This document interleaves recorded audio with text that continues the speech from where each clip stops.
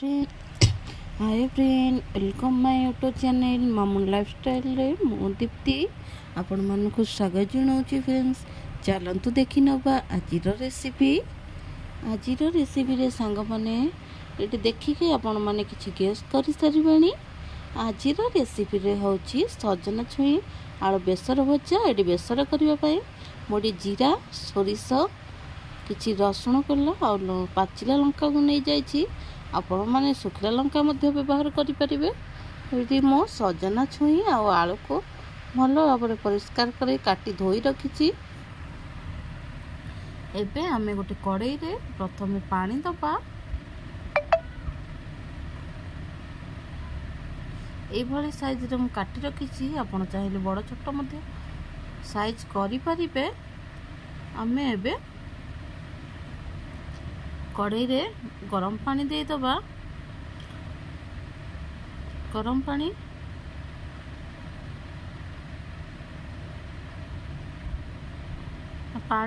टिके गरम ही आसले आमे सजना छुई आलू को पकेइबा। कहीं ना न सजना छुई माने राहणिया लागिवो। एटी आमे प्रथमे गोटे चामच लूण दे देछे। तापरे किछि सजना छुई आलू को दे दबा। तापरे आमे एटी हळदी ऐड करिबा।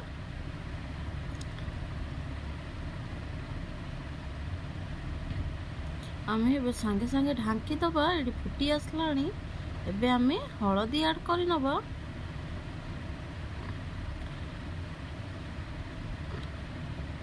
एटी मोर सिजी गलानी। एबे आमे जो बेसर मसला करके रखिथिले ताको एबे 2 चम्मच दे दबा। आपण जो हिसाब रे परिबा नै थिबे से हिसाब रे देबे।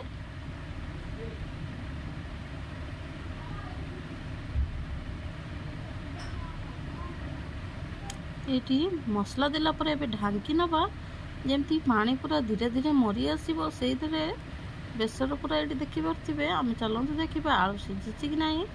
एबे तो मोर पूरा सिझी आसलानी धीरे धीरे। आ किछि समय पर हमर हेइ जिवो।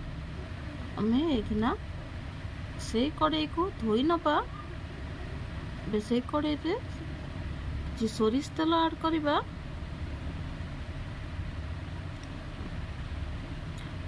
आपण चाहिले खाली जीरा दे पारिबे, किंतु मते पंचफुटन फ्लेवरटा सबुथरे जेहेतु पसंद मो सेति भाई पंचफुटन आ सुखिला लंका ऐड करिछि। तापरे आमे किछि पियाज मध्य दे दबा।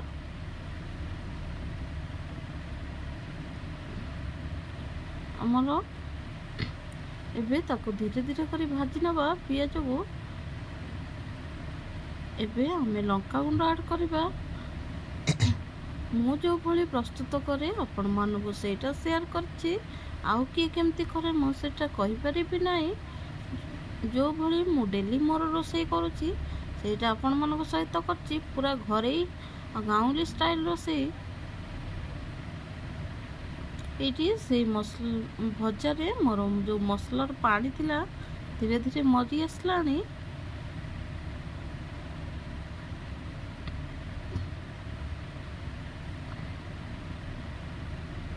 एटी मोर पानी पूरा सुखी आसलानी। एमती खेले खेले ताको भाजी नबा। एबे आमे आधरे टिके करी पाउडर ऐड करिबा।